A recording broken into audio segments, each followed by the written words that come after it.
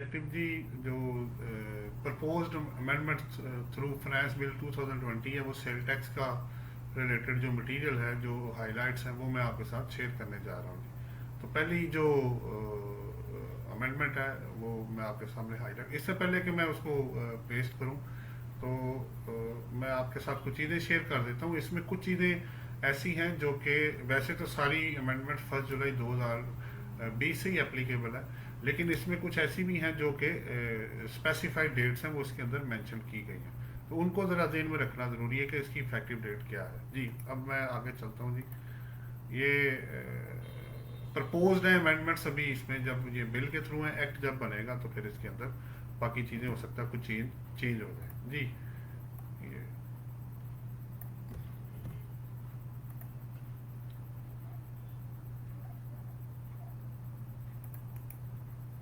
जी ये पहली मैं वन बाय वन करके आपके साथ शेयर कर देता हूँ जी। इसमें 22 डिफरेंट जो इम्पोर्टेंट प्रपोज अमेंडमेंट्स हैं वो है। पहला जी आपके सामने है कि इनपुट के लिए अगर कोई बंदा इसमें वर्ड बेसिकली यूज़ हो रहा था एक्टिव टैक्स पेयर के लिए, अगर वो बंदा जो है वो ब्लॉक्ड हो जाता था तो उसको उन्होंने वहाँ से वर्ड को निकाल दिया। और अगर वो ब्लॉक मतलब उसके लिए एक्टिव टैक्स पेयर ही रहेगा। अगर बंदा रिफंड लेने के लिए और जो इनपुट जो लोगों ने आपसे आपने जिनको सेल की हैं जिन्होंने परचेज की हैं तो वो इनपुट क्लेम कर सकेंगे, इवन कि वो अगर ब्लॉक्ड भी हो जाते हैं फॉर ऑब्वियसली एडजस्टमेंट और रिफंड पर्पस के लिए। ये पहला था जी। नंबर 2 में चलता हूँ जी आगे।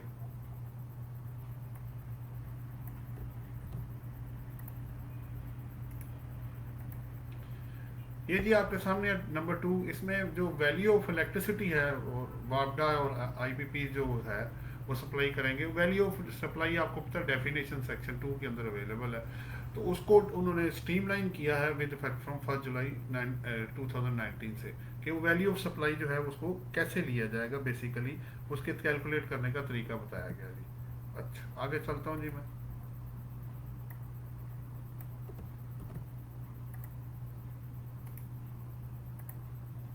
ये थर्ड जो प्रपोज्ड अमेंडमेंट है जी बेसिकली वो रिलेट करती है, अगर आप पुरानी गाड़ियां को बंदा मार्केट से ख़रीदता है जिस पे कि ऑलरेडी इंपोर्ट और सप्लाई या मैन्युफैक्चर बेस पे सेल टैक्स पे हो गया हुआ है, तो अब जो आपके पास चीज़ आएगी पुरानी गाड़ी जब आप खरीदेंगे और बेचेंगे उन दोनों का जो फ़र्क होगा वो वैल्यू एडिशन को के ऊपर जो है वो फिक्स टैक्स जो है वो उस पर टैक्स लगाया जाएगा। ये बेसिकली इसके अंदर जो है वो प्रपोज अमेंडमेंट है।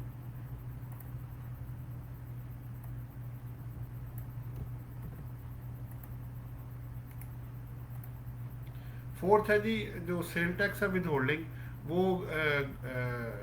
मतलब गुड्स पे तो होता ही है सेल टैक्स लॉ में, तो वो सर्विसेज पे भी उन्होंने एक्सटेंड कर दिया, जो इसके अंदर आएगा उस पर आप विद होल्डिंग टैक्स काटेंगे।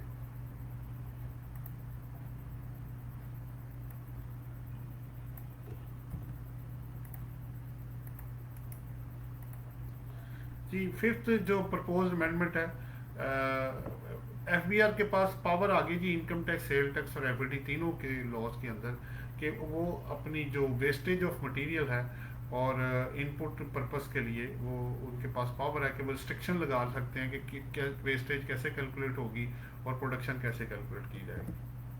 आगे चलता हूँ जी मैं।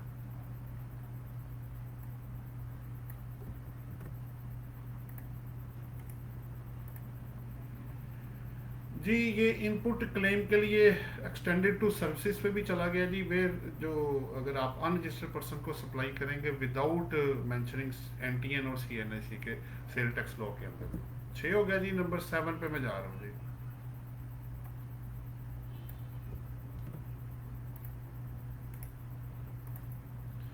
7 में जी ये बड़ा लोगों का दरीना रिक्वायरमेंट थी कि जो रिटेलर अल्टीमेट कंज्यूमर को सप्लाई करेंगे तो उसमें लिमिट जो है बेसिकली 50,000 से बढ़ा के 1 लाख कर दी गई, कि 1 लाख की सप्लाई जो विद सेल टैक्स होगी उसमें आप विदाउट सीएनआईसी या एनटीएन के आप सप्लाई कर सकते हैं, रिटेलर जो आगे सप्लाई करेंगे फाइनल कंज्यूमर को।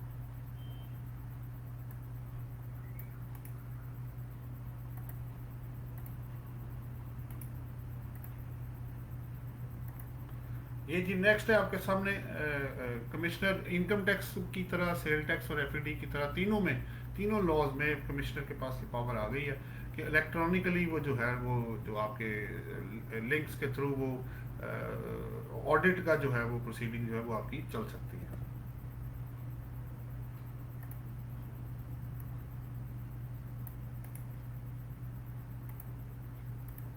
उसकी रीज़न रैशनैलिटी है वो ओबियसली कोरोना वायरस की वजह से ये सारा प्रॉब्लम आ रहा है जी। अच्छा जी, नेक्स्ट आपके पास है जी, एवरी पर्सन जो रजिस्टर्ड है वो अपने कंप्लीट नेक्सर जो है जो प्रिस्क्राइब मैनर है वो एफपीआर को सप्लाई करेगा जी।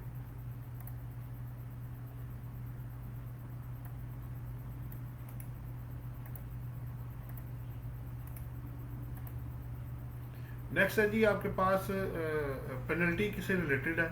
अगर आप अपने बिजनेस को एफबीआर के सिस्टम के साथ इंटीग्रेट नहीं करेंगे तो पहले पेनल्टी होगी, और उसके बाद अगर आप फिर भी आप 2 माह में नहीं इंटीग्रेट करते तो उसके जो बिजनेस प्रेमिसेस है उसको सील्ड कर दिया जाएगा अनटिल वो उसको इंटीग्रेट ना करे एफबीआर के सिस्टम के साथ।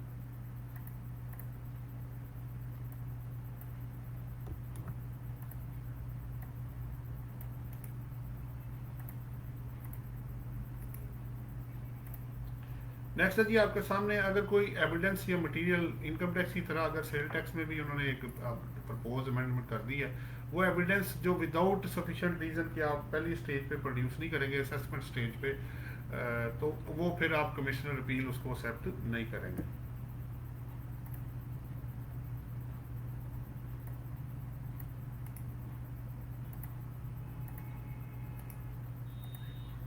जी ये अमेंडमेंट जी तीनों लॉज में प्रपोज हुई है कि बोर्ड एफबीआर के पास पावर आ गई है कि वो जितने भी उसके असिस्टेंस पर्पज के लिए नादरा एफआईए या प्रोविंशियल डिपार्टमेंट्स हैं सबसे वो या यूटिलिटी कंपनीज हैं उनसे online real time assessment data किसी भी टैक्स पेड से रिलेटेड वो ले सकते हैं।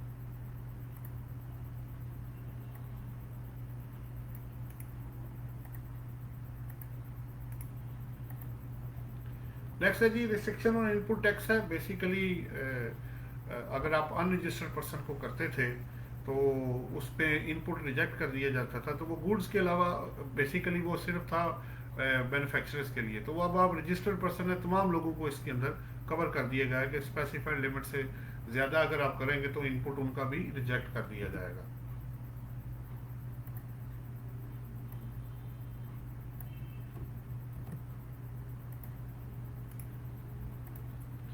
जी ये जीरो रेटिंग सप्लाई से रिलेटेड है, फिफ्थ शेड्यूल से रिलेटेड है। अगर आप मटेरियल या रॉ मटेरियल या कंपोनेंट्स ऑफ गुड्स जो के फर्दर मैन्युफैक्चर होते हैं ग्वादर फ्री जोन में या एक्सपोर्ट पर्पस के लिए, तो उसको री इंट्रोड्यूस कर रहे हैं जी, लेकिन वो 1 जून 2020 है।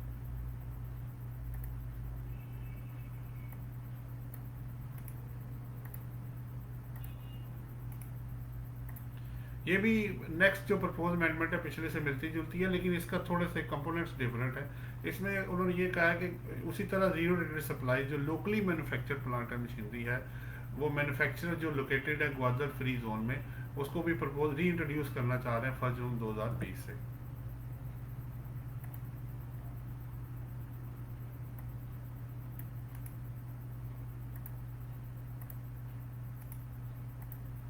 ये एग्जामेशन से रिलेटेड वो गुड्स वो जो इंपोर्ट करेंगे आप गुड्स जो आगे री एक्सपोर्ट आपने करनी है, लेकिन वो with in Gwadar free zone में होगा या एक्सपोर्ट पर्पज के लिए होगा, तो उसको भी 1 जून से वो एग्जामेशन इंटैक्ट करना चाह रहे हैं जी वापस।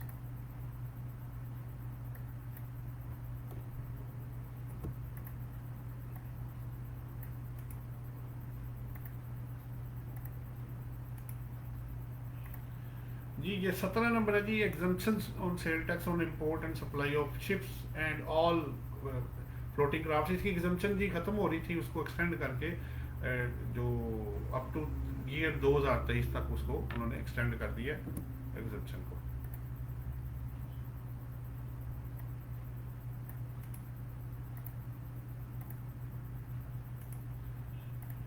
ये स्पेसिफाइड फूड है जी, वो स्पेसिफाइड डिजीज़ की वजह से जो यूज़ होता है उसके लिए उन्होंने जो डाइटेटिक जो फूड्स हैं उसकी जो एग्जाम्प्ट कर दिया उसको, वो अगर इस स्पेसिफिक डिजीज़ के लिए यूज़ किया जा रहा है।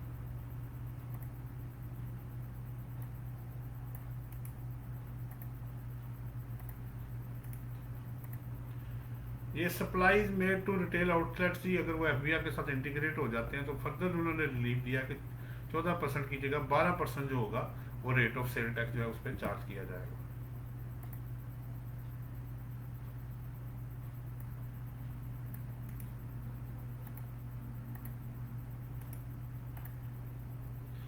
ये स्मार्टफोन से रिलेटेड है जी। अगर वो नॉट एक्सीडिंग $30 है तो उसमें उन्होंने फिक्स कर दिया रेट पाक ₹200 जी। ये इंपोर्ट और लोकल सप्लाईज ऑफ स्मार्टफोन के लिए।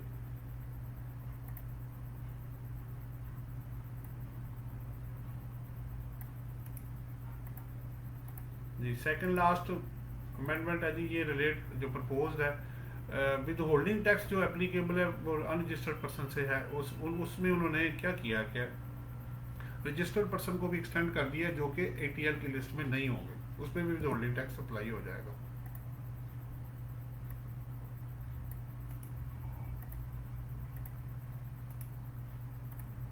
जी आज का लास्ट जो प्रपोज अमेंडमेंट है वो ये है कि जो रॉ मटेरियल और जो इंटरमीडिएरी गुड्स होंगी imported bye manufacturer for own use के लिए, उस पर जो वैल्यू एडिशन जो टैक्स है 3% वो इम्पोर्ट स्टेज पे अप्लाई नहीं होगा।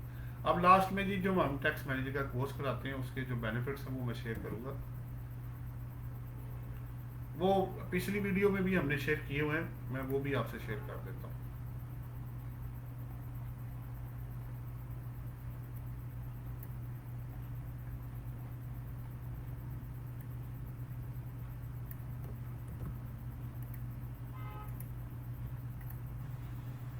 ये जी आपके सामने बेनिफिट्स, इसमें हम फ्री एडमिशन है जी, इसमें हमारा मटेरियल फ्री है, इसमें से कोई सिक्योरिटी डिपॉजिट नहीं है।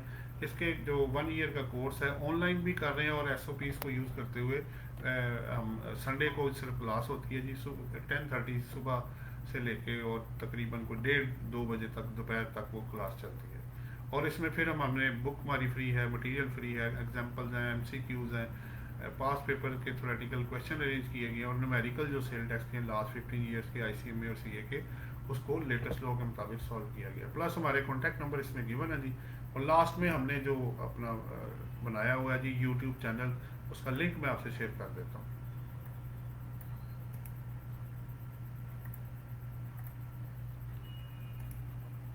जी ये लिंक मैंने शेयर कर दिया है, इसमें हमने 140 प्लस वीडियोस अपलोड की हुई हैं।